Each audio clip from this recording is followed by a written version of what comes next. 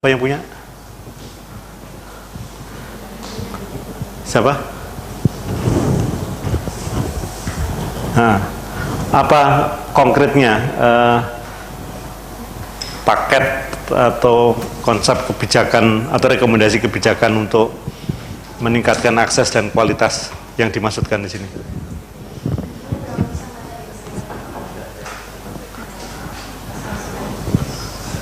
Sebenarnya yang ingin saya angkat dari sini adalah berkaitan dengan keunikan kepulauan yang mempengaruhi akses pemanfaatan pelayanan, terutama berkaitan dengan rujukan jika terjadi kedaruratan. Ya. Jadi rekomendasi yang teknis yang ingin diajukan itu berkaitan dengan dalam jaminan kesehatan, biaya rujukan itu tidak di-cover. Jadi pengennya untuk provinsi kepulauan dan kabupaten kepulauan itu harus mendapat kebijakan khusus untuk diadakan biaya rujukan. Itu salah satu. Oke. Biaya rujukan itu ditanggung oleh siapa, Mbak? Untuk dari pemerintah. Dari pemerintah ya. Oke. Khusus untuk provinsi dan kabupaten yang topografinya kepulauan kayak.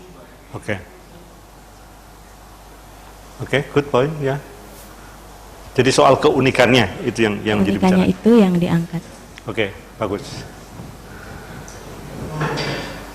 Nah, apakah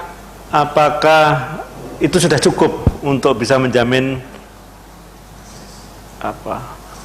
mengatasi kesulitan wilayah kepulauan? Kan sudah ada namanya kebijakan tentang rumah tunggu. Rumah tunggu untuk mengatasi hal tersebut. Tapi rumah tunggu juga kan dalam pelaksanaannya itu sangat terbatas, tidak berfungsi dengan maksimal. Jadi mungkin ada tambahan kebijakan lagi untuk memaksimalkan pemanfaatan rumah tunggu.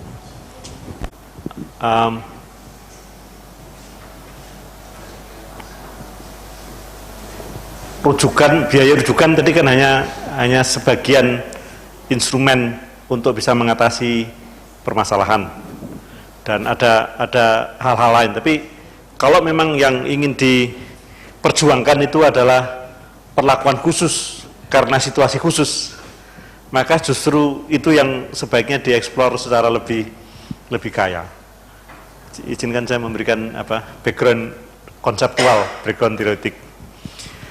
Kami di Visipol UGM itu sedang mengusung gagasan asimetri desentralisasi.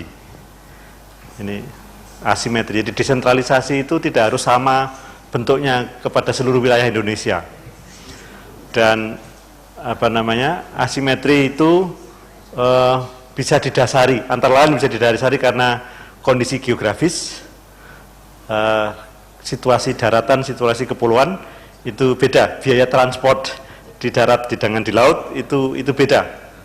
Di laut apalagi daerah-daerah terisolir itu untuk mengunjunginya kita harus charter speedboat. Sekali charter itu luar biasa mahal karena bukan hanya charter speedboatnya, juga bawa bahan bakarnya dan harganya sangat mahal. Nah, kalau kemahalan seperti ini tidak dibicarakan dalam pengelolaan kebijakan, itu menjadikan keinginan untuk menjamin aksesabilitas tadi berantakan di tengah jalan gitu. Nah, oleh karena itu secara konseptual itu kita kawal dengan konsep asimetri desentralisasi. Desentralisasi itu harus sesuai dengan situasi dan kondisinya. Situasi maritim atau kepulauan itu kemudian memungkinkan kita bisa mengurai hal-hal yang selama ini terdiskriminasi. Itu seperti apa saja? Saya menduga memang tadi soal biaya rujukan itu, tapi saya tidak yakin itu sudah mengcover seluruh persoalan keunikan itu. Nah, kalau itu bisa dieksplor, digabungkan menjadi satu paket yang menjawab keunikan layanan atau keunikan solusi aksesabilitas kepulauan di daerah kepulauan. Jadi karena tadi bingkai besarnya rekomendasi tadi kan aksesabilitas, dan Mbak tadi karena justifikasi ini bukan soal adat tetapi soal wilayah khas kepulauan. Nah, hal-hal yang terkait dengan watak kepulauan itu apa saja yang berkait dengan aksesabilitas layanan kesehatan, dan kalau itu bisa diurai maka langkahnya bisa diidentifikasi, dan salah satunya adalah biaya rujukan itu. Tapi itu kan masih belum mengatasi kecepatan layanan. Ya. Nah, ini kan banyak caranya. Ya. Misalnya kalau tadi kan salah satu biaya rujukan yang dia bayarkan selama ini di transportasi diganti oleh pemerintah, itu kan. Ya, itu salah satu sorry. Yang kedua adalah pilihan lain di pulau-pulau terdekat atau di satu pulau kita bangun saja rumah sakitnya yang sama dengan rumah sakit yang di pulau sebelah, daripada kita harus kesehatan rumah sakit. Itu saja transportasi kalau untuk orang sakit harus berpindah pulau. Jadi jangan-jangan mendaftar sakit semua ketika mau pergi. Nah, sakit kan bukan sesuatu keadaan yang diinginkan. Ya, tapi administrasi itu bisa menjustifikasi keluarnya uang atau bobolnya uang negara. Kita itu tertib bohongnya loh.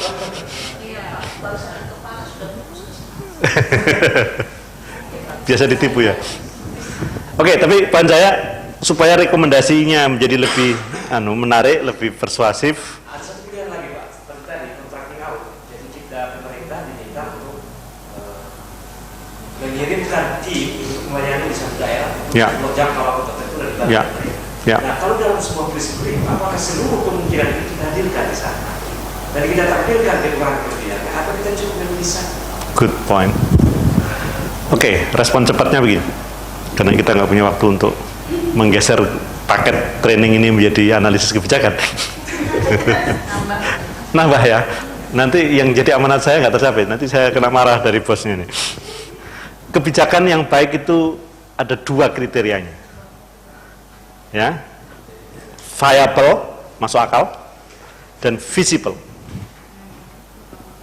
Ya, dengan 2 kriteria ini Anda bisa menyensor. Kalau visible tapi nggak viable, itu nggak ada guna. Tapi kalau viable masuk akal tapi nggak visible, nah itu kemudian memerlukan advokasi, memerlukan policy brief yang lebih meyakinkan. Sehingga pastikan itu masuk akal. Yang kedua itu kemudian pastikan yang selama ini belum tapi masuk akal itu kita bujukkan, kita perjuangkan melalui rekomendasi kebijakan. Yang kedua, ini tadi jadi viable itu checking point, perlu tidaknya itu. Nah, level perubahan yang kita ingin bidik itu juga penting untuk dibicarakan. Jadi rekomendasinya itu pada level prinsip ini, penjabarannya ini. Sehingga kemudian kalau itu menjadi kebijakan yang bersifat pangkal, misalnya kebijakannya menteri, nah di level yang lebih rendah akan lebih mudah menjabarkan. Sehingga cara kita membahasakan tidak harus bahasanya orang lapangan, bahasanya pelaksana, tapi bahasanya policy maker. Nah, kalau tadi yang kita tangkap dari slide tadi, yang ingin diubah itu apa? Undang-undangnya, organisasi, sistem administrasinya, tadi di contracting out, tadi kan soal pengadministrasian, dilayani sendiri oleh pemerintah ataukah dipindahkan ke swasta, atau soal struktur organisasinya diubah, atau soal programnya, atau soal cara kerjanya.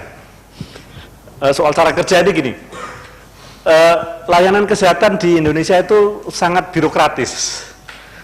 Satu kecamatan, satu rumah sakit, satu puskesmas waktu itu ya. Dan luas sempitnya kecamatan kan nggak jadi perhatian. Nah, saya mendapatkan praktek yang berbeda yang saya lihat di London.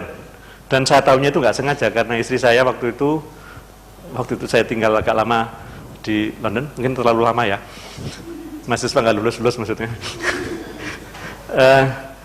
Jadi istri saya itu ada lipoma di punggungnya dan dibawa ke GP, ke dokter keluarga, dan kemudian entah dia nulis apa di dalam dokumentasinya itu. Beberapa bulan kemudian dia dipanggil oleh rumah sakit yang kita nggak pernah berurusan dengan itu. Rupanya dokumen itu jalan sendiri. Kalau kita kan dokumennya harus diantar. Dan belakangan kemudian saya pelajari, oh ternyata caranya pemerintah menjamin aksesabilitas itu dengan radius rumah sakit. ini kaitannya dengan kepulauan tadi, basis untuk mendistribusikan pusat layanan kesehatan adalah radius, bukan wilayah administrasi, misalnya. Nah, ini kan kemudian bisa menjadi konsep tadi asimetri dalam pelayanan kesehatan di wilayah kepulauan, maka kemudian perlu dibuat SK gubernur kah, atau kepres, atau permenkes, atau apapun, yang kemudian menjadikan langkah yang berbeda itu tidak dianggap sebagai penyimpangan oleh BPK, tidak dianggap sebagai penyimpangan oleh inspektorat. Oleh karena itu payung hukumnya yang harus diubah, sehingga kalau kita bikin rumusan rekomendasi kebijakan, kita harus jelas yang kita ingin ubah itu apa. Apakah dasar hukumnya yang kita mau ubah, ataukah tarifnya yang kita mau ubah, ataukah cara mendistribusikan uang itu yang mau diubah. Dan itu sejelas mungkin dibuat, sehingga tadi saya katakan satu set rekomendasi kebijakan. Nah, kalau dibicarakan pada level yang lebih konseptual, pada level aktor, level institusi, level filosofi. Nah, yang kita mau ubah itu filosofinya, cara membayangkannya. Tadi misalnya, selama ini kan kita tidak sadar telah berpikir dengan filosofi yang sangat birokratis. Satu Pemda, satu RSUD, satu kecamatan, satu puskesmas, dan seterusnya, sehingga nggak peduli luasnya, nggak peduli penduduknya. Nah, cara berpikir yang lebih menjamin aksesibilitas, yang justru melupakan batas-batas administrasi, dan kemudian terutama di wilayah-wilayah yang sulit dijangkau tadi, basisnya adalah radius, sehingga kalau jaraknya sudah lebih dari sekian kilometer, maka di situ harus dibuat dan seterusnya, sehingga cara mendistribusikan, cara menjamin aksesibilitas itu tidak harus tunduk pada hierarki administrasi pemerintahan, tetapi pada efisiensi rumah sakit dengan daya jangkaunya itu. Nah, itu kemudian harus dibahasakan menjadi standar Pemda dalam penyediaan rumah sakit. Nah, kalau tidak ada standar itu, Pemda yang bikin kebijakan yang menyalahi tradisi itu akan dianggap sebagai pelaku penyimpangan atau maladministrasi, dan salah-salah itu statusnya menjadi korupsi.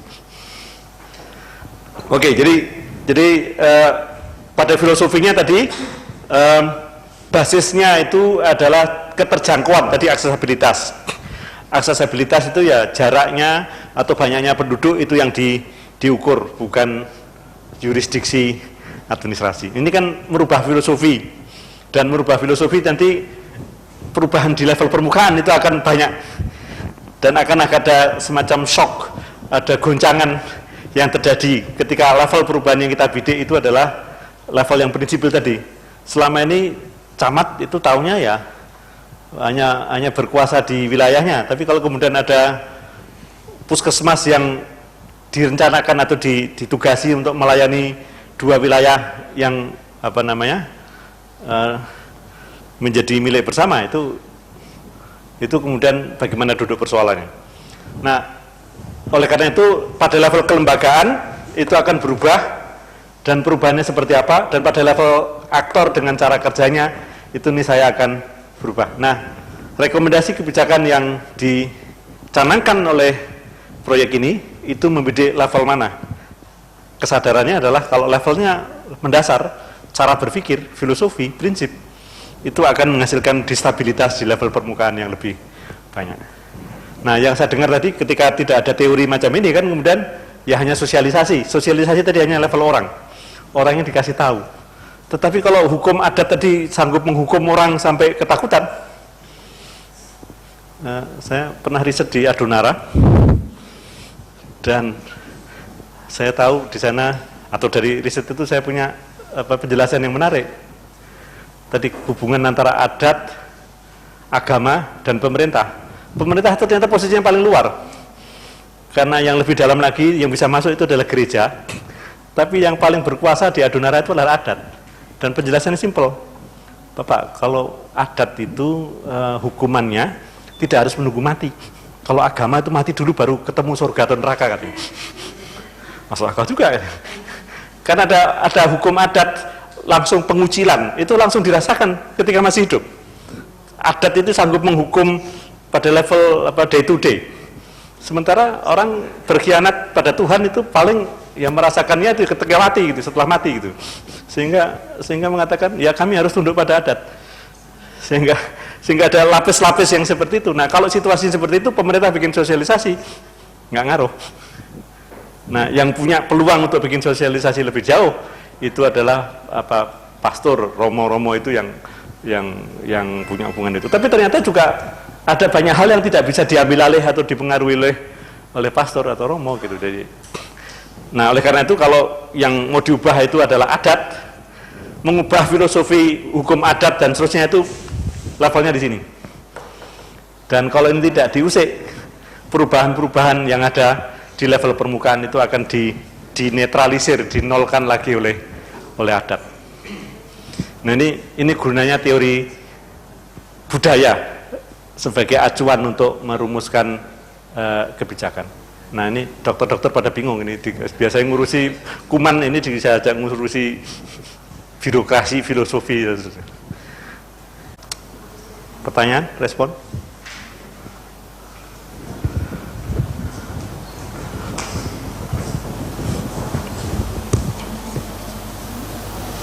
Ketersediaan dan penjaminan mutu layanan kesehatan di Provinsi NTT.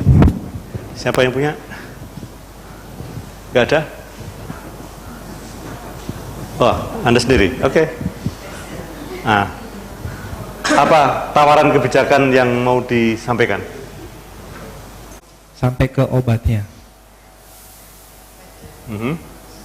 Karena banyakkan masyarakat miskin menganggap bahwa layanan Jamkesmas itu adalah layanan yang sangat inferior. Jadi perlu ada peningkatan mutu. Oke. Supaya judulnya lebih komunikatif, ada usulan? Ini kan judul untuk jurnal. Ya. Nah, hanya melaporkan ada masalah dan formula. Tapi kalau kita ingin membuat gubernur paham, apalagi gubernurnya itu bukan sarjana kesehatan masyarakat. Kalau NTT itu kan bukan ya, Pak Franz itu kan bukan. Franz Liburaya, ya, kan bukan dokter ya.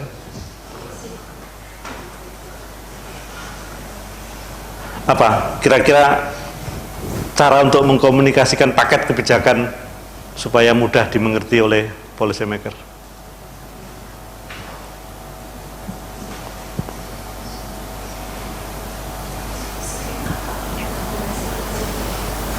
Kalau depannya program nggak bisa ya? Tidak harus. Tidak harus.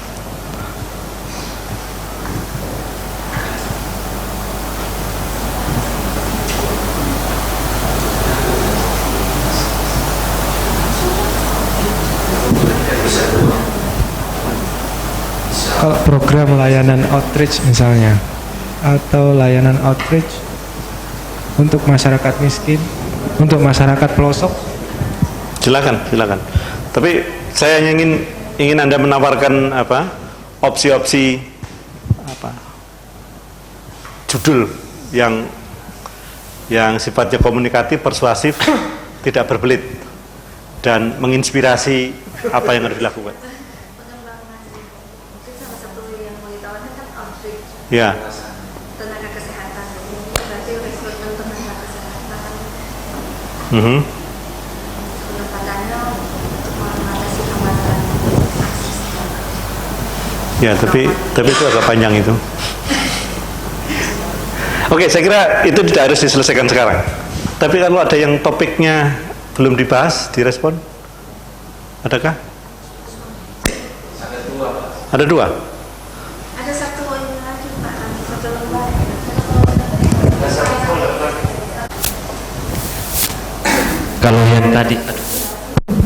Kalau yang tadi itu Pak, itu tim HSP. Jadi yang meneliti di sisi demand side. Oke. Ya, kalau kami yang tim heads supply side. Supply side, oke. Ya, jadi dengan fokusnya pada anggaran. Aha. Jadi men-tracking anggaran yang bersumber pemerintah yang digunakan untuk membiayai program di tingkat puskesmas, pelayanan primer. Nah, untuk mengetahui sumbatan-sumbatan di sana. Nah, di sana ditemukan berbagai macam sumbatan di aliran dananya itu, dan kalau boleh saya buka draft polisi brief saya dulu. Nah, ini sudah ada draftnya, sip. Mainkan. Atau dipresentasikan ke depan. Kalau bisa dipresentasikan supaya ini move on ya, supaya maju, tidak hanya judul terus. Saya pikir sudah terlalu sore. Oke. Gitu dong.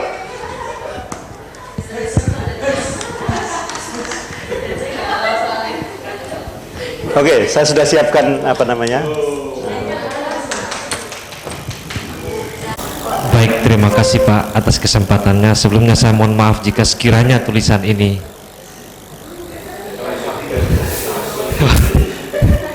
baik. Di polisi brief ini saya fokuskan ke kebijakan BOK, Pak. Kebijakan BOK itu bantuan operasional kesehatan yang dibuat oleh Kementerian Kesehatan pada tahun 2010 untuk membantu daerah dalam rangka menjalankan sistem kesehatan di daerah, Pak. Karena sejak otonomi ada banyak daerah yang tidak punya kemampuan fiskal yang bagus dari sisi pendanaan. Tapi dalam perjalanannya BOK ini yang sudah berjalan kurang lebih 4 tahun, ternyata ada banyak target yang tidak tercapai begitu, Pak. Beberapa penelitian itu menunjukkan bahwa SPM itu juga tidak naik ya, dan itu mungkin akan berkontribusi sangat kecil pada pencapaian target MDGs di tahun 2015. Nah, bagaimana caranya supaya, tawaran kebijakan apa supaya BOK ini punya daya ungkit yang besar untuk tujuan-tujuan makro yang seperti tadi, yang kalau tetap menggunakan tugas pembantuan, maka ada beberapa hal yang harus dilakukan oleh pemerintah daerah juga. Jadi ada opsi-opsi begitu yang saya berikan ke sana. Saya tuliskan di dalam polisi brief ini. Atau malah dihilangkan sama sekali. Misalnya dengan tugas pembantuan itu ada banyak daerah yang juga merasa terbeban dengan sistem yang disyaratkan oleh APBN. Tapi kalau misalnya dirubah menjadi DAK, ada juga kemungkinan bahwa proses itu akan juga terlambat karena kita tidak tahu kondisi politik di tingkat daerah yang bisa jadi akan menghambat dengan adanya sistem otonomi tadi.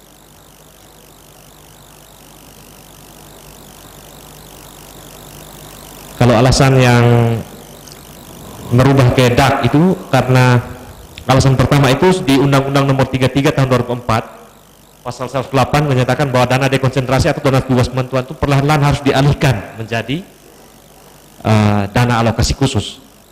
Nah, kalau BOK tetap dipertahankan seperti itu, semangatnya melawan, maksudnya tidak konsisten dengan undang-undang atau Undang-Undang 33 Tahun 2004. Dinilai secara filosofisnya begitu. Kalau alasan kedua untuk merubah ke DAK, DAK itu sering dipersepsikan sebagai sesuatu yang untuk fisik, padahal sebenarnya tidak, karena kriteria teknisnya ditentukan oleh Menteri. Jadi Menteri bisa mengutak-atik sebenarnya untuk kriteria DAK. Jadi bisa untuk operasional, karena sebelumnya BOK ini untuk operasional begitu.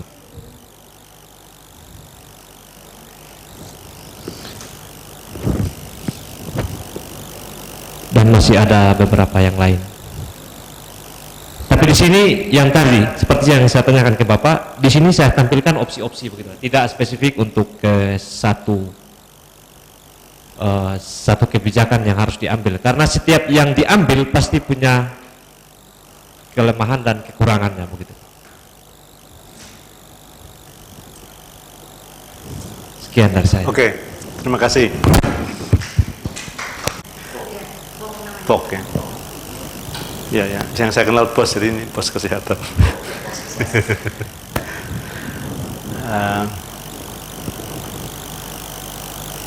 Aliran dana dari pusat ke daerah sampai ke penggunanya, sampai penerima manfaat itu yang dianalisis. Itu misinya kira-kira ya, maka disebut tadi supply side-nya. Nah, saya belum menangkap dengan jelas sumber atau pangkal persoalannya. Karena itu terlambat dicairkan. Terlambat dicairkan, artinya untuk digunakan oleh puskesmas dalam mendelivery semua program Atau kegiatan yang di level puskesmas. Oke. Kalau keterlambatan kan nggak harus dengan mengubah filosofi. Ini keterlambatan itu pada level yang lebih permukaan dan jangan-jangan kalau dilakukan dengan hal yang lebih mendasar tadi, misalnya dengan mengkonversi dari dekon tugas pembantuan. Kalau dalam ilmu pemerintahan itu persoalan serius. Saya guru besar ilmu pemerintahan, jadi ilmu saya di situ. Ada 3, ini kalau pada level filosofinya, ada 3 jalur kekuasaan pemerintahan. Jalur yang pertama itu otonomi atau desentralisasi sehingga menghasilkan otonomi daerah, yang itu kemudian menghasilkan daerah otonom. Yang daerah otonom itu kemudian punya kepala daerah, punya DPRD, dan punya APBD, punya program kerja sendiri. Di sisi lain ada tugas pemerintah pusat. Dalam minta tolong itu juga memberikan anggarannya. Maka di situ ada nomenklatur yang namanya dana tugas pembantuan.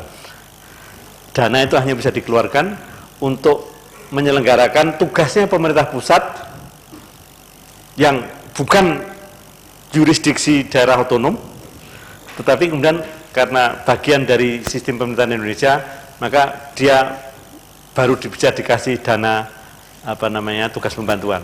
Sehingga kalau ini nggak ada urusannya dengan tanggung jawab pusat, yang pemerintah pusat nggak bisa melaksanakannya, maka opsi menggunakan dana menggunakan skema dana tugas pembantuan itu terlalu jauh. Ya, ini karena masing-masing kategori itu ada nalarnya, ada logikanya sendiri. Nah, pemerintah pusat itu bertanggung jawab untuk memastikan setiap pemerintah daerah itu bisa berjalan. Ini agak sedikit melenceng, ada urusannya dengan pembentukan daerah-daerah otonom baru. Itu salah satu insentifnya adalah setiap kali ada daerah otonom baru ditetapkan oleh hukum, ada undang-undang pembentukan daerah otonom baru, pemerintah pusat wajib mencukupi supaya pemerintah daerah itu bisa berfungsi.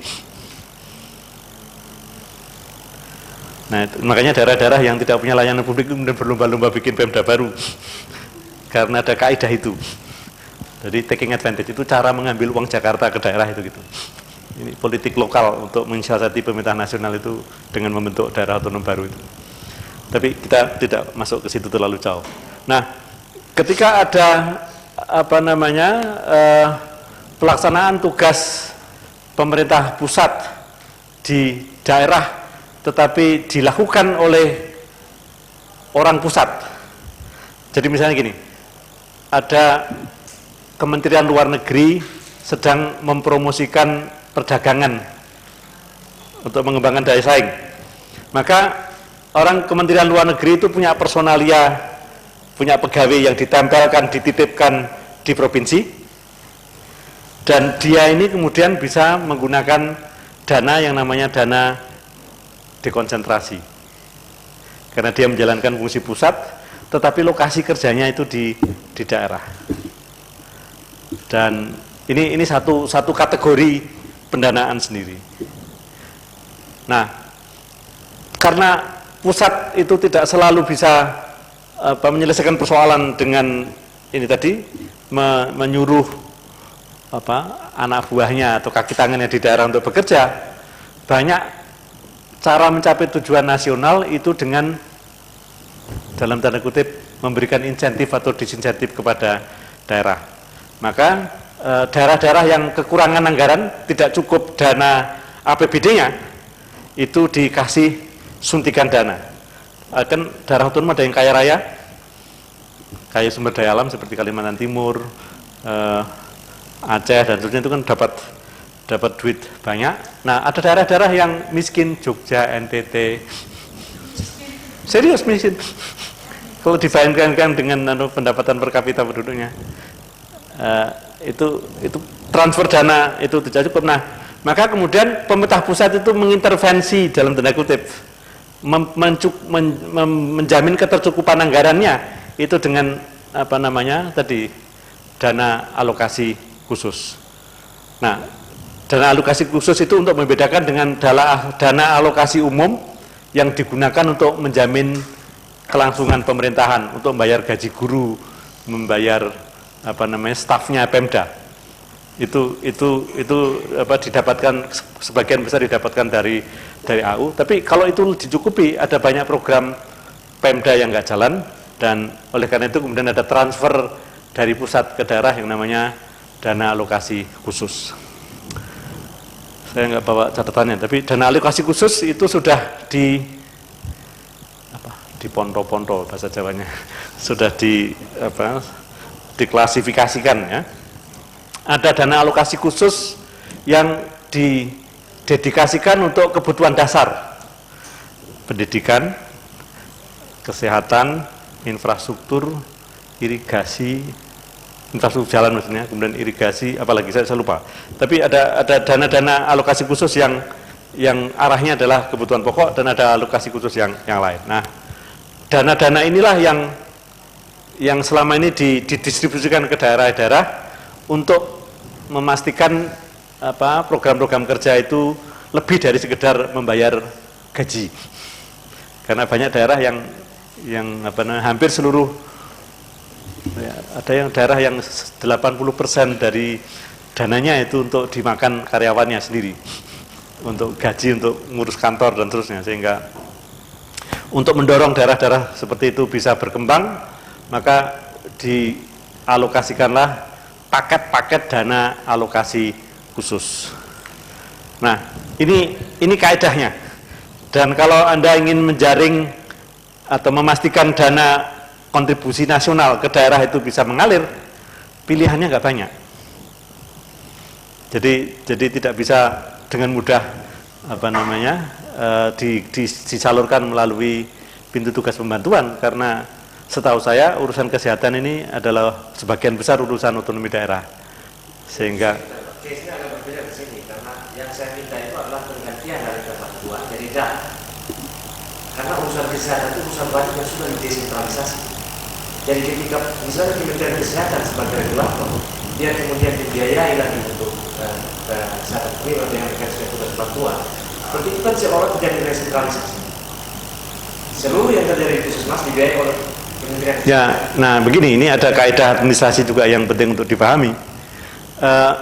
Ada spesifikasi kewenangan pusat, kewenangan daerah, itu sudah diatur di dalam PP tentang ya. Nah, sehingga kalau Anda mengusulkan perubahan, nah Anda harus mengubah PP-nya. Jadi uang itu hanya bisa dipindahkan mengikuti kewenangannya. Ya, jadi kalau kewenangannya itu kewenangan pusat, duit pusat lah yang digunakan untuk belanja ya. Sehingga kalau Anda mengusulkan tadi, demi uang itu Anda kemudian harus mengubah kewenangan. Itu demi perubahan di sini Anda harus berubah di sini. Menurut saya terbalik. Ya. Jadi kalau persoalannya itu hanya soal distribusi uang, mengubah alokasi kewenangan itu punya implikasi yang jauh lebih banyak. Karena kemudian kalau sektor kesehatan boleh mengubah begitu, mengapa sektor pendidikan tidak? Mengapa yang lain tidak? Nanti akan ribut. Nanti akan ada implikasi yang lain. Karena Anda berpikir terbalik. Uang itu konsekuensi dari fungsi. Fungsi itu konsekuensi dari kewenangan. Nah, hanya karena distribusi uang, menurut saya sangat riskan dan sangat sulit memperjuangkannya. Kalau kemudian harus mengadu-adu yang lain, yang ada banyak perubahan-perubahan yang tidak terantisipasi yang kemudian akan bermunculan. Kalau level perubahan yang kita usulkan, jadi masalah yang kita usulkan itu levelnya beda dengan rekomendasi yang kita buat.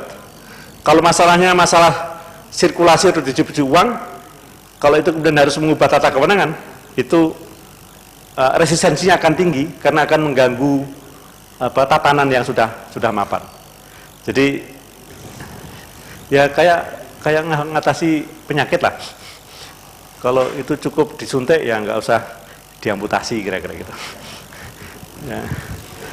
Ya kira-kira gitu, sehingga kalau tuntutannya itu terlalu radikal melampaui masalah yang kita usulkan, itu visibility-nya rendah karena ada banyak yang akan resisten, ada banyak inkonsistensi baru yang muncul, akhirnya harus kita hadapi gitu. Itu kalau membicarakan itu, maka ada kaidah-kaidah administrasi negara yang harus difahami, dan masing-masing istilah itu ada konotasinya. Itu bukan hanya soal gagah-gagahan gitu. Ada konsekuensi logis di balik istilah-istilah itu. Nah, memang ada persoalan yang pelik di dalam penggunaan uang itu. Ada persoalan administrasi, terutama yang ada di dalam penyelenggaraan BOS. Saya nggak tahu di box. Kaitannya dengan BOS itu yang menjadi pembelanja itu kan sekolah. Yang membelanjakan BOS itu kan sekolah. Sekolah itu kan bagian dari lembaganya Pemda, ya kan? Pemda kabupaten, otoritas yang kabupaten itu ngurusi sekolah itu. Nah, ada duit pusat yang kemudian langsung dialamatkan ke sekolah. Ini demi lancarnya aliran. Jadi supaya tadi terjamin ketercepatan tersampainya itu, maka pada level tertentu setelah gonjang-ganjing, setelah ribut itu kemudian ditempuh kebijakan duit dari pemerintah pusat itu dikirim ke gubernur, dan dari kasnya gubernur langsung dikirim ke sekolah-sekolah. Maka ini menimbulkan problem, mengapa untuk membiayai wilayah otoritas otonomi daerah duitnya kok masuknya dari provinsi? Bukankah itu harus masuk di dalam APBD, dan kemudian sekolah-sekolah itu membuat pertanggungjawaban bagian dari administrasi otonomi daerah?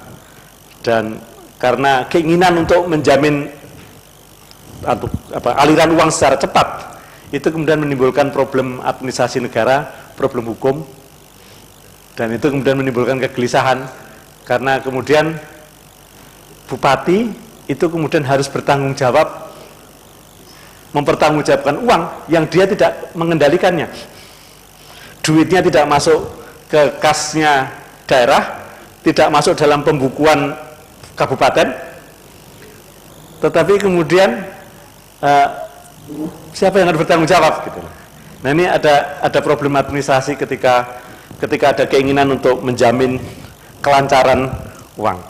Nah, saya nggak tahu mekanisme distribusi uang untuk POK itu seperti apa, dan saya tidak tahu apakah itu kemudian menimbulkan hasil administrasi. Jadi memang di sini ada trade off, ada keperluan untuk menjamin uangnya itu bisa mengalir dengan cepat, tetapi juga tidak mengganggu tata pemerintahan, tidak mengganggu logika hukum, logika administrasi. Karena kalau uang itu mengalir dengan logika yang tidak benar, itu namanya maladministrasi. Maladministrasi itu dengan mudah dilabeli korupsi, karena kemudian uangnya itu mengalir kepada pihak yang tidak berwenang, dan kalau punya implikasi memperkaya diri sendiri, maka itu namanya korupsi. Jadi membela rakyat itu bisa mengantar Anda ke KPK. Dan sejauh ini sebagian besar kasus KPK itu menang. Sangat sedikit kasus KPK itu kalah di pengadilan. Jadi kalau Anda mengantarkan diri Anda ke KPK, selamat jalan. Ini. Nah, poin saya adalah ketika melakukan analisis untuk sampai pada rekomendasi itu sebaiknya meyakinkan. Kalau yang kita kasih rekomendasi itu adalah pimpinan daerah itu kan termasuk di dalamnya ada sekda. Sekda itu sangat paham dengan ini semua. Kalau usulan Anda nggak masuk akal di dalam nalarnya sekda, lupakan, forget it. Jadi policy brief kita menjadi terlempar karena tidak bisa dicerna atau tidak masuk akal, tidak bisa dijustifikasi oleh Pemda. Nah, oleh karena itu ya kembali ke cara kita mendudukkan persoalan, sumber persoalan aliran dana itu apa? Keterlambatan itu karena apa? Sehingga yang kita bidik, yang kita usulkan untuk diubah ya hal-hal yang memang secara langsung terkait dengan sumber persoalan itu. Kenapa? Kalau kita menggunakan APBN, kalau di daerah, tidak seperti satuan kerja yang harus dibentuk. Dan satker itu masih berasal dari orang-orang yang ada di daerah. Ya. Ya. Dan kita satker sampai urusan yang ada di luar yang belum lagi kinerja satker, dia kan sebagai pegawai daerah. Jadi kalau ada lagi pekerjaan seperti itu kan cuma kerjaan dari kakak dan belum tentu dia dana. Tugas utama saya adalah mengelola dia. Ya. Jadi kenapa kita tidak sekalian masukkan ke dalam jenis transfer anggaran yang bisa masuk ke APBD supaya dikerjakan sekalian. Tidak harus dibentuk satker, belum lagi intrik politik dan segala macam di daerah. Kalau hari ini seseorang masuk satker, tahun depan satu lagi mungkin ada pergantian dan banyak jalan di sendiri. Ya. Ya, saya hanya memberikan mendudukkan persoalan.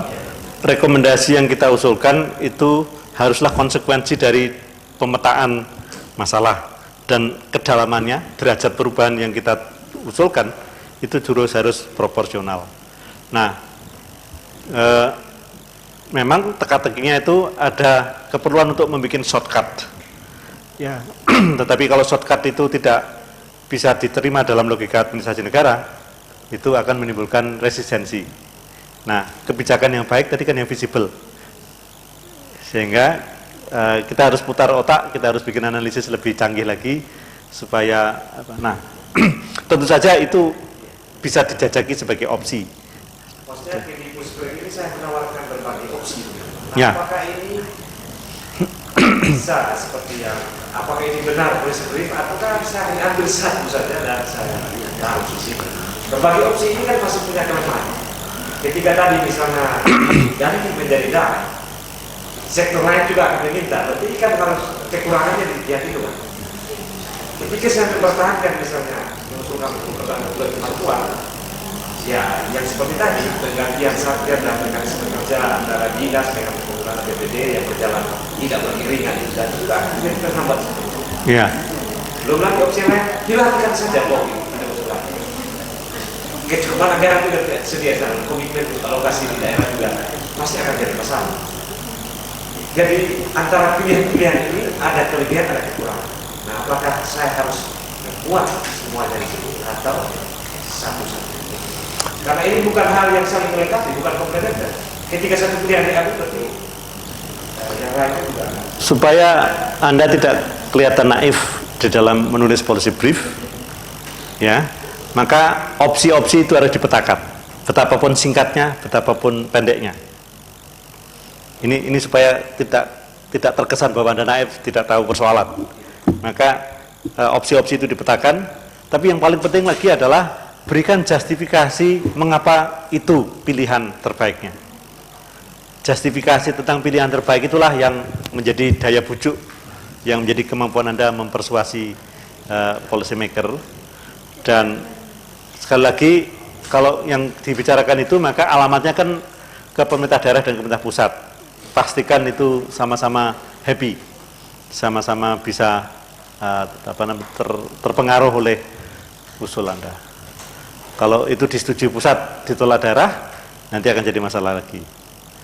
Nah, oleh karena itu, ketika menjustifikasi pilihan kebijakan yang Anda usulkan, bikinkan justifikasi yang membujuk pemerintah pusat, berikan justifikasi yang membuat pemerintah daerah itu bersimpati kepada usulan Anda.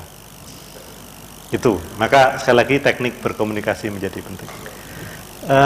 Suplai saya yang lain lagi, siapa lagi? Silakan.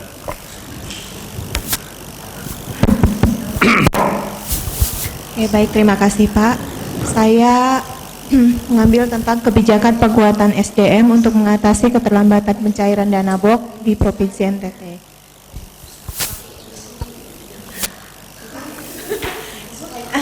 Jadi alasannya ini jadi pengetahuan untuk diri masalahnya sendiri ada, yang lain. masalahnya ada, kalau dari situ masalahnya keterlambatan pencairan dana BOK. Kemudian itu yang hasil penelitian kami itu dikarenakan memang penyebab utama adalah kelemahan dari SDM. Gitu. Jadi baik dalam mereka mulai dari menyusun perencanaan, kadang ketika juknis turun sudah terlambat, mereka juga terlambat menyusun perencanaan, kemudian mengerjakan administrasi untuk surat pertanggungjawaban dan lain-lain untuk pencairan. Dan itu punya efek ketika pencairan dana terlambat, maka pelaksanaan kegiatan pelaksanaan program di puskesmas pun terlambat, begitu. Jadi policy brief ini mengambil untuk penguatan sumber daya manusia untuk mengatasi keterlambatan pencairan itu.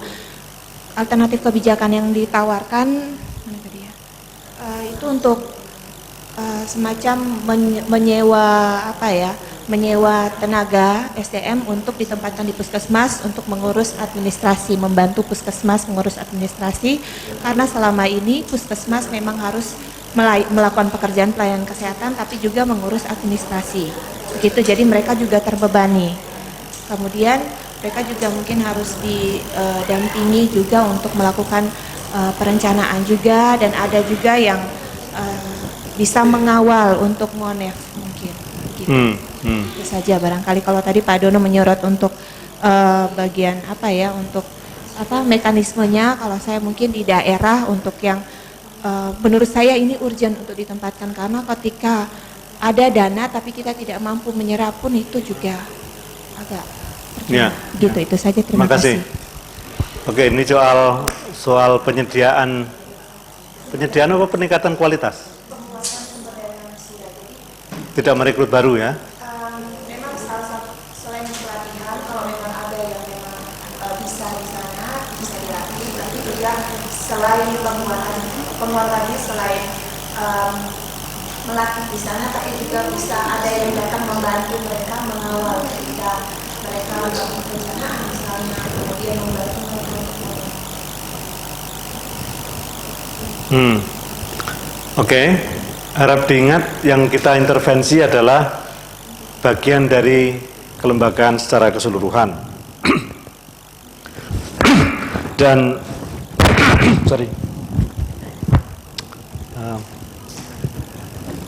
saya kira perubahan di satu titik ya, tadi SDM di level puskesmas itu kan sebenarnya kan akan menginjak kakinya orang lain. Begitu maksud saya. Kan ada lembaga, ada petugas yang bertanggung jawab terhadap pengembangan SDM itu. Dan kalau kita tidak perhitungkan di dalam perumusan kebijakan itu, dia bisa akan menjadi pengganggu nantinya. Jadi dalam analisis tentang rekomendasi, pelajari juga pihak-pihak yang akan terkait dan harus dilibatkan. Yang kedua, kita kan mengharapkan perubahan pada level aparatur. Perubahan aparatur ini kan tidak harus dari suplai keahlian. Kalau keahlian yang dimiliki itu nggak pernah dituntut performance-nya oleh pimpinan, oleh kepala dinas, yaitu nanti ya hanya separuh jalan.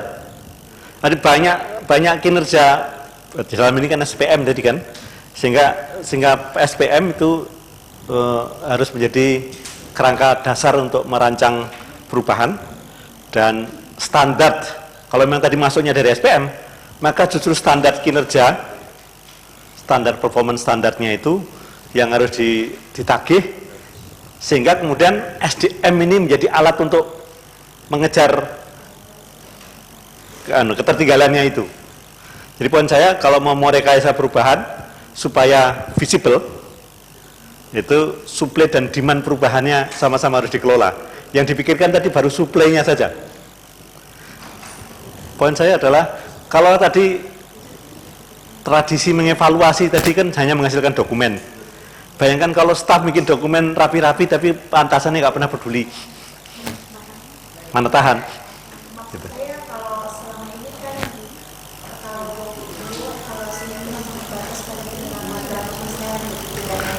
Nah, tradisi kinerja yang mereduksi kinerja hanya sekedar serapan, itulah yang harus diubah. Tetapi mengubahnya itu kan level filosofi pada otoritas yang lebih tinggi.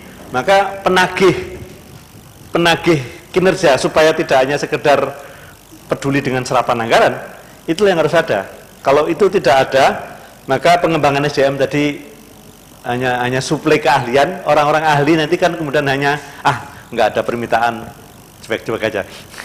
Sehingga kalau mau menghasilkan kebijakan yang visibility-nya tinggi, sentuhannya ada sisi supply dan sisi demand. Demand akan standar itu selama tidak ada. Sehingga repot-repot sudah bikin evaluasi, repot-repot bikin laporan, nggak ada yang baca. Nah, membuat dengan tidak membuat nggak ada bedanya, maka lebih baik tidak membuat.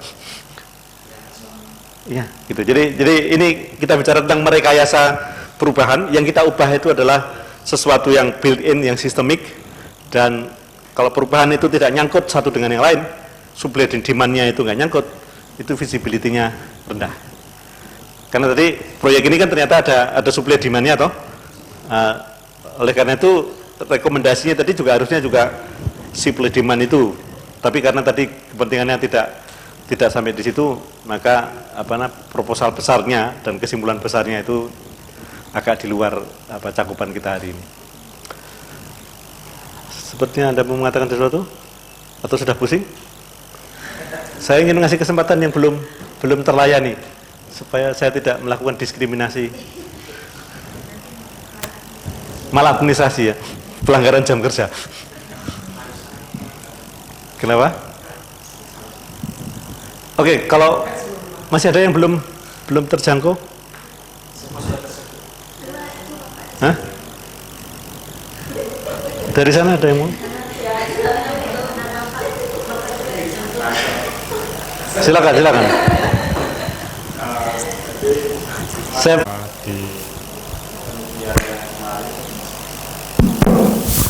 Jadi laporan HEDS ini sudah selesai dan akan menghasilkan beberapa policy brief, Pak. Dan yang kemarin satu sudah kita hasilkan dan dipresentasikan di Jakarta, tapi belum dipublikasikan. Dan yang kedua ini rencananya mengenai integrasi planning antara pemerintah pusat dan pemerintah daerah.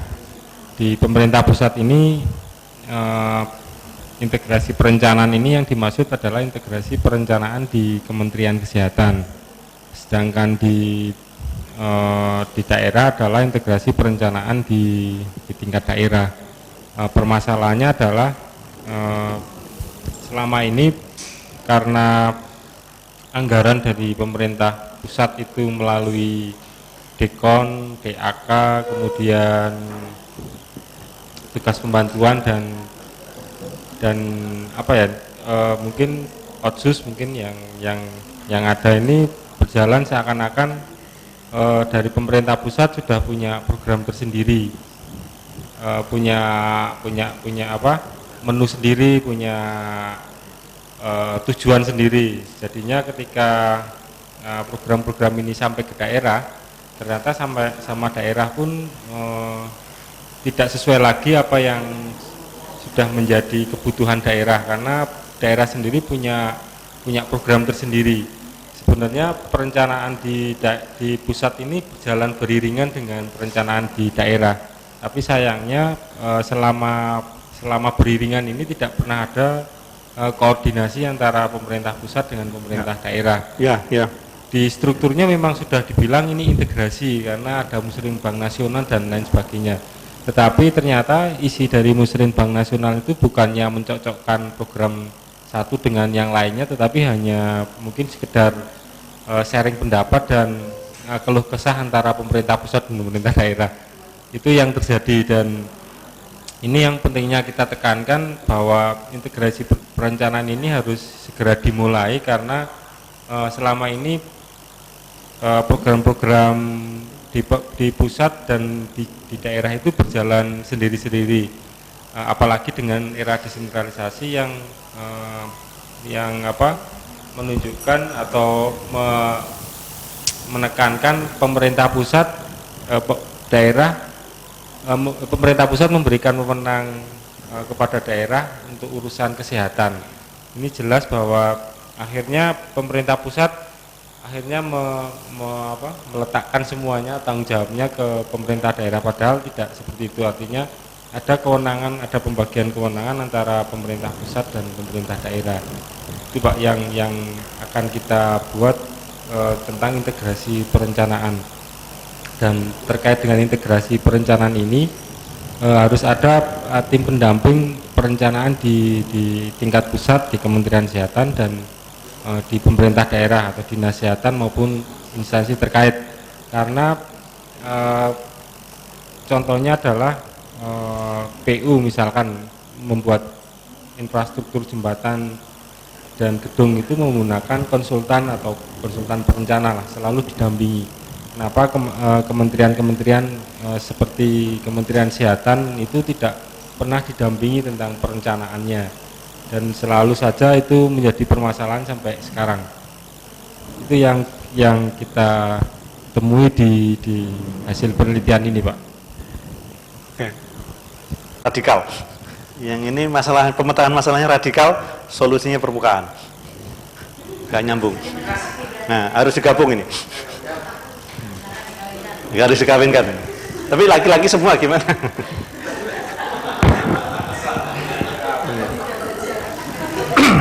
Oke, jadi ini saya agak masuk ke wilayah analisis kebijakannya ya. Ini sudah beyond target. Supaya policy briefnya mudah ditulis dengan baik itu kan harus logis. Nah, kalau logikanya belum ketemu agak repot. Nah, saya setuju itu masalah sangat mendasar dan sudah lama dikeluhkan dan sejauh ini belum ada solusi. Tapi akar masalahnya adalah justru karena pembagian kewenangan. Jadi ketika solusinya kan justru pembagian kewenangan. Pangkal soalnya itu adalah kewenangan pusat ini dijamin oleh undang-undang, kemudian ada saluran menggunakan itu adalah kebijakan dan anggaran pusat. Yang pemerintah pusat itu juga mengizinkan dirinya sendiri, tidak tahu menahu anggaran dan dipikirkan daerah. Jadi kita mewarisi pemerintahan yang bodoh. Karena mengizinkan jadi perencanaan di wilayahnya sendiri tidak diketahui. Tetapi yang menjadikan tidak merasa sadar tentang kesalahan itu adalah karena tadi ada kaidah pembagian kewenangan. Jadi sumber persoalannya adalah pembagian kewenangan itu. Karena kewenangan sudah dipotong-potong, kewenangan pusat, kewenangan provinsi, kewenangan kabupaten, dan kemudian masing-masing ada prosedurnya, ada proses hukum untuk meneguhkan, mengesahkannya, maka kemudian masing-masing itu nggak pernah sambung. Jadi justru sumber persoalannya adalah paradigma pembagian kewenangan. Itu sumber persoalannya, dan karena itu selama ini tidak pernah dipersoalkan oleh ahli administrasi negara, atau ahli administrasi negara nggak sanggup berteori keluar dari situ, maka kemudian ya nggak pernah ada solusi dari kajian administratif. Tetapi saya banyak belajar dari teman-teman di MIPA yang di sana menyiapkan instrumen e-governance, dan dengan instrumen elektronik itu ide yang tersebar-sebar itu bisa digabung jadi satu, dan dengan e-governance ini bisa jadi ada logika alternatif, pendekatan alternatif yang memungkinkan sesuatu yang tadinya tidak bisa dihubungkan sekarang bisa dihubungkan. Contoh konkret, misalnya selama ini perjalanan dinas itu kan hampir tidak terkontrol. 1 tahun itu ada yang perjalanan dinasnya itu 500 kali.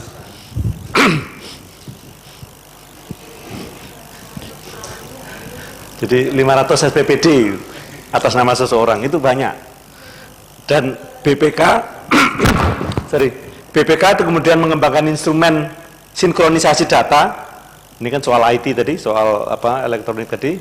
Kemudian orang yang bepergian itu dicek tiketnya, sehingga kalau namanya tidak ada dalam daftar penumpang dari maskapai yang beroperasi di Indonesia, maka kemudian uang ini kemudian menjadi temuan.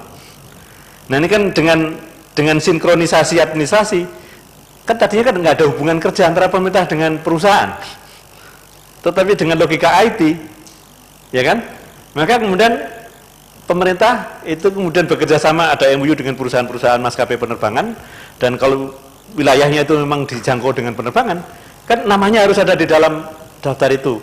Kalau nama-nama itu nggak ada, nah ini fiktif. Nah poin saya adalah kewenangan negara dan pemerintah itu ditembus oleh IT. Gitu. Nah dengan IT nanti bisa menjebol lapisan data pusat dan daerah, dan itu bisa menjadi contoh berikut. Nah persoalannya adalah bagaimana IT ini menjadi sesuatu yang legitimate, sesuatu yang diminati oleh masing-masing level, supaya egoisme tadi atau kebodohan kolektif tadi bisa diakhiri. Ya tadi kan bodoh toh, pemerintah pusat mengizinkan dirinya sendiri tidak tahu apa yang terjadi di daerahnya. Itu kan bodoh. Atau orang daerah yang mengatakan menjadi warga Indonesia punya mimpi besar dan seterusnya, visi misinya hebat-hebat, tetapi kemudian nggak tahu duit pusat yang dialamatkan ke daerahnya. Ini kan bodoh juga. Nah untuk pinternya perlu IT. Mesin IT ini gimana caranya menjadi memintarkan bersama, dan data dari masing-masing itu bisa dipertemukan, sehingga salah satu terobosannya itu adalah dengan IT. Nah pertanyaan Anda, kalau IT itu kan solusi permukaan, bagaimana caranya kebijakan Anda itu kemudian punya efek berubah yang lebih mendasar? Jelas adanya IT itu harus punya kekuatan hukum, karena kalau tidak itu nanti dia akan diprotes. Nah apa sih kekuatan hukum bagi pemberlakuan IT untuk menembus data era APBD kabupaten, era APBD provinsi, era APBN itu supaya nyambung, sehingga kalau kemudian dikatakan untuk sektor ini lokasinya di mana saja bisa dicek, disinkronkan, maka kemudian masyarakat yang menjadi alamat dari program atau proyek itu, beneficiary dari program proyek itu, itulah yang dikasih tahu, suruh nagih. Maka kemudian pemerintah yang bodoh ini dipinterkan oleh masyarakat yang nagih, gitulah. Nah ini perlu instrumen yang kemudian menyambung-nyambungkan itu, sehingga tadi sekat lapis-lapis birokrasi dan sekat-sekat sektoral itu kemudian bisa cair. Nah yang bisa mencairkan adalah komunikasi publik. Nah maka kemudian paradigma pemerintahan yang tadinya hanya ngurusi kantornya sendiri, ini ada rakyat yang masuk ke kantor melalui IT. Nah maka kemudian sekat-sekat itulah yang ditembus. Nah itu ada basis filosofi yang kita ingin ubah, tapi entry point-nya, instrumennya adalah IT, dan itu bisa dikembangkan dengan e-governance. Ini sekedar sebagai contoh. Dengan begitu lapis perubahan yang mendasar tadi ada step-stepnya, ada visi besarnya, menembus lapis pemerintahan, menembus sekat antara negara dan rakyat. APBD, APBN itu kan seolah-olah menjadi miliknya pemerintah, padahal kan janjinya kan mengubah rakyat. Nah maka para beneficiaries layanan kesehatan, misalnya di NTT tadi yang punya kelangkaan, itulah yang kemudian diminta untuk memelototi program-program kesehatan yang dialamatkan ke NTT itu mana, NTT untuk kabupaten mana, kan harus jelas dalam setiap program. Nah itulah yang kemudian menjadi senjatanya NTT untuk menghadapi pusat, sehingga kemudian nanti akan ada ketegangan antara NTT dengan Jakarta. Nah, caranya supaya ketegangan tidak menghasilkan efek yang merusak seperti apa? Nah, ini proses rekayasa politik, rekayasa administratif itu diperlukan. Tapi ini adalah contoh bagaimana merumuskan kebijakan yang selevel dengan persoalan yang dipetakan. Tadi saya suka dengan telaahnya sangat tajam, ya. Tetapi ujung-ujungnya bingung ketika harus menyimpulkannya. Nah, kembali ke kasus yang pertama tadi, saya kira tadi ada pilihan kata yang tidak akurat sebetulnya. Ketika mengatakan apa sih persoalannya, keterlambatan. Kalau dalam diagnosis kan ada diagnosis, dalam diagnosis kan ada gejala dan ada sumber penyakitnya. keterlambatan tadi kan hanya gejala sebetulnya, bukan pokok persoalan. Nah, apa yang jadi persoalan tadi kan kalau dipetakan lebih jauh akan ketemu. Sehingga kalau kita salah memilah antara gejala dengan masalahnya, dengan sumbernya, maka kemudian saya tadi protes ini masalahnya permukaan, solusinya mendasar, karena penggunaan istilah. Ketika saya tanya masalahnya apa, itu bukan masalah, itu aja konsekuensi keterlambatan, konsekuensi banyak hal yang tidak terkomunikasikan dengan baik. Dan kalau kita mengidentifikasi masalah, itu kita masuk ke hal-hal yang tidak dikatakan oleh publik, mungkin tidak diketahui oleh publik. Salah satunya tadi adalah ada kerangka pengalokasian dana pusat daerah. Nah, yang Anda bisa telaah, dianalisis adalah kerangka alokasi itu, di mana ada diskoneksi antara alokasi dana di level nasional dengan kebutuhan daerah. Pusat itu hanya melabeli uang, dia nggak ngerti untuk apa uang itu. Ketika ada paket dana DAK, paket dana DAK itu akan digunakan siapa, punya manfaat, berantai kemana saja, itu nggak didefinisikan, karena pusat itu hanya bagi-bagi, dan diantara dirjen-dirjen itu saling rebutan anggaran. Ini contoh tadi Dirjen Transmigrasi yang kami support dari UGM. Pak, saya itu statusnya itu pengemis anggaran, Pak. Loh, kenapa Bu? Dirjennya perempuan. Ya, transmigrasi ini urusan di daerah terpencil, daerah sulit-sulit itu, tapi kemudian kita nggak pernah punya alokasi dana untuk itu. Nah, terus gimana Bu? Ya sudah, kalau yang saya lakukan itu adalah bangun jalan, maka kemudian saya harus merengek-rengek membujuk ke dirjen di Kimpraswil. Kalau nanti kemudian harus bujuk dapat puskesmas di kawasan transmigrasi, dia harus minta ke Departemen Kesehatan dan sebagainya, sehingga status dia adalah merengek-rengek minta itu. Nah, itu terjadi karena apa? Duit hanya dikasih label, ini DAK, ini DAU. Nah, penggunaan dana itu tidak dengan kesadaran untuk menghasilkan impact atau manfaat. Nah, ini ada problem yang cukup serius, dan kalau telaahnya pada level itu, solusi Anda tadi sangat dekat. Tadi kan saya protes, ini solusinya kok radikal banget gitu toh. Nah, karena pemetaan masalahnya sebetulnya tidak terlalu dalam, tetapi kalau yang menganalisis itu orang kedokteran ya saya maklum. Kalau yang menganalisis orang sospol bisa. Ini gunanya orang sospol nimbrung ke sini. Ini menjustifikasi intrusi. Masih ada lagi yang belum? Tidak diikhlaskan ya? Sepertinya besok kita masih punya sesi setengah hari ya? Setengah hari. Nah, mau ngapain besok? Jalan-jalan, tak temani? Here. Ketika masuk tadi kok ada belum banyak yang sulit ya? Oh, ya sudahlah, sepadat mungkin, karena kalau terlalu banyak nanti pembahasannya menjadi sangat sulit. Tetapi ingat, komponennya adalah ini. Kalau dari si unsurnya itu ini tahu, kalau unsurnya itu adalah ada problem, ada konteks, telaah dan seterusnya, dan kemudian tindakan apa yang kita kehendaki. Tetapi pada level naskah, setelah ditetapkan judulnya yang kita bicarakan hari ini, tolong buatkan 1-2 kalimat, ya, paling tidak 1 paragraf. Kita tuh mau ngomong apa? Nah, paragraf yang menjelaskan mau apa, naskah policy brief ini mau ngomong apa, dalam rangka apa, itu boleh dikasih judul, boleh tidak. Tetapi fungsi mengantarkan, menjelaskan mau apa itu harus ada. Tadi saya ngobrol di luar, ruang tamu saya di rumah itu tidak ada tulisan ruang tamu, tetapi tamu-tamu saya tahu diri semuanya duduk di ruang tamu itu.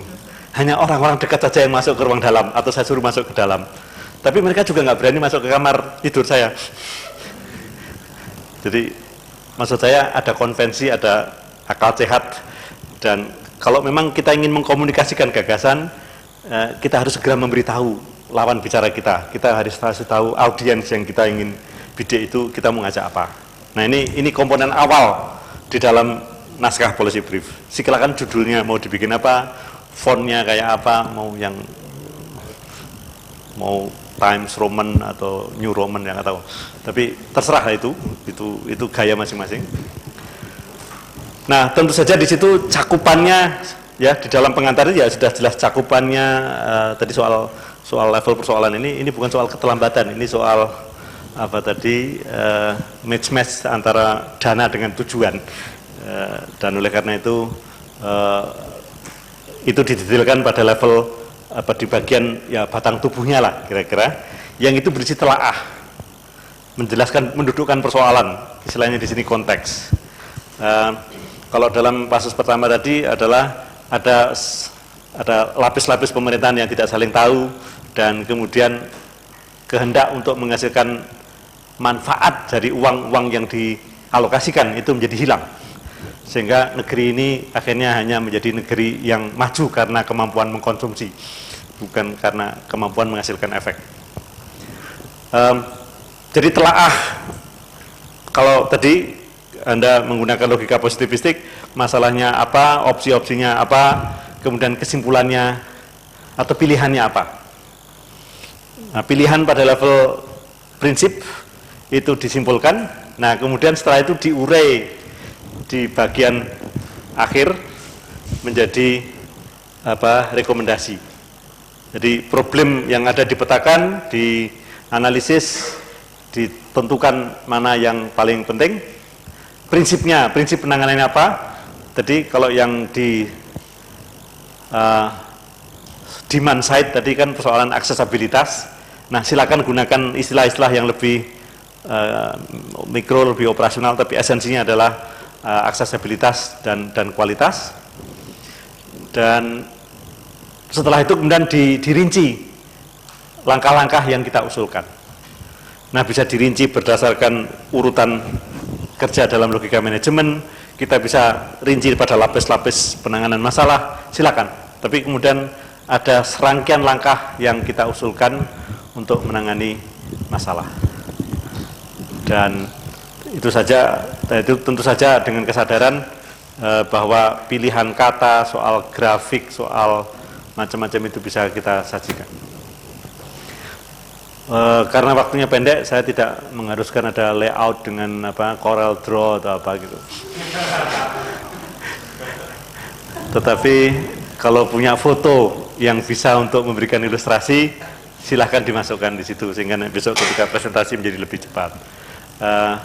Kalau untuk bisa mendudukkan persoalan, ya, untuk batang tubuhnya tadi diperlukan skema, silakan buat skema. Kalau diperlukan flowchart, silakan flowchart. Kalau diperlukan foto, silakan sajikan foto. Ada sekian banyak cara kita untuk mengkomunikasikan analisis secara cepat dan mudah diikuti.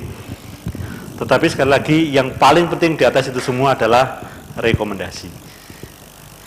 Nah, rekomendasi tidak akan meyakinkan kalau tidak didasari telaah yang runtut, yang tajam. Rekomendasi tidak akan digubris orang kalau tidak terkomunikasikan dalam bahasanya pengguna.